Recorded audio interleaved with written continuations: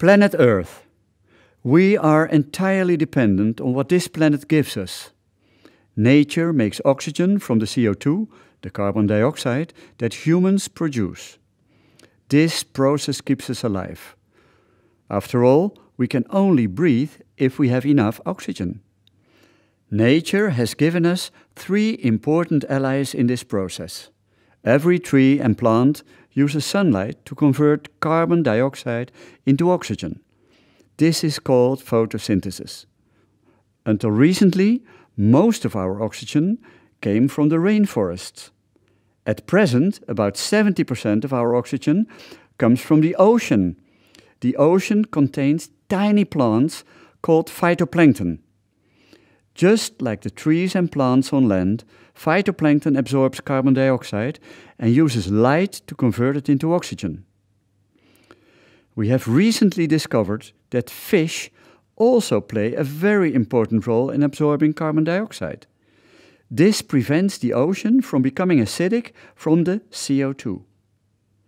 But now there is an abnormally high level of CO2 production. Over the past 70 years, the world's population has jumped from about 2 billion people to over 7 billion people. Normally, the planet would be able to handle this increase by itself, but now our allies are under threat. The rainforests are disappearing at an incredible rate of 1 hectare or 1 football field every second. According to a recent study, the phytoplankton in some areas of the ocean has decreased by 40%. And in Europe alone, 90 fish species are threatened with extinction.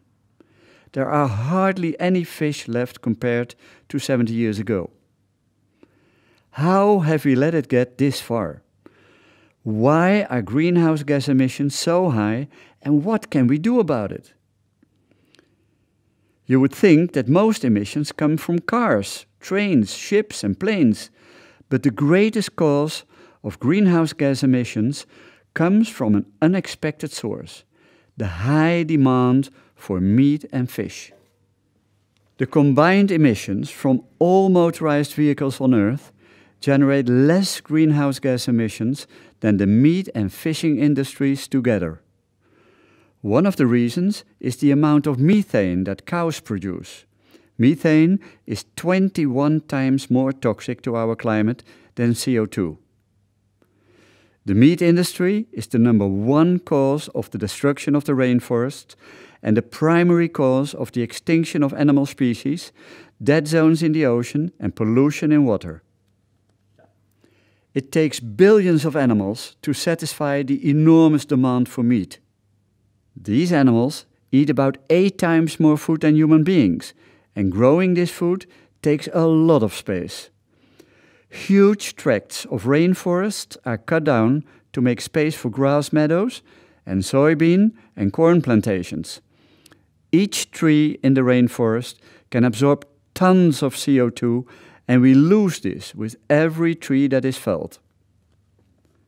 The enormous CO2 production causes the ocean to become acidic and the phytoplankton to gradually die. Everything that contains calcium carbonate dissolves.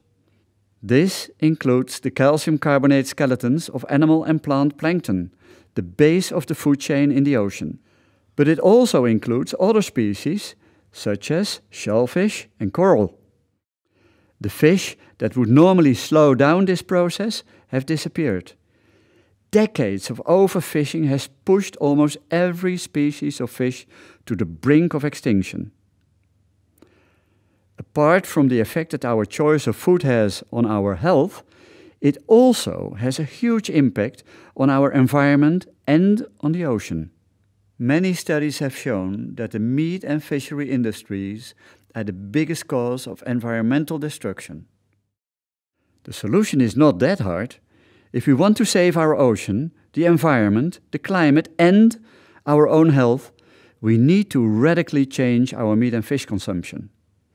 If everyone avoided eating meat or fish for 2 or 3 days a week, this would drastically reduce the demand for meat and fish and give the Earth time to recover.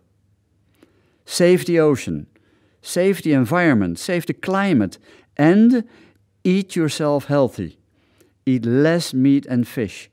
The best would be to eat no meat or fish at all.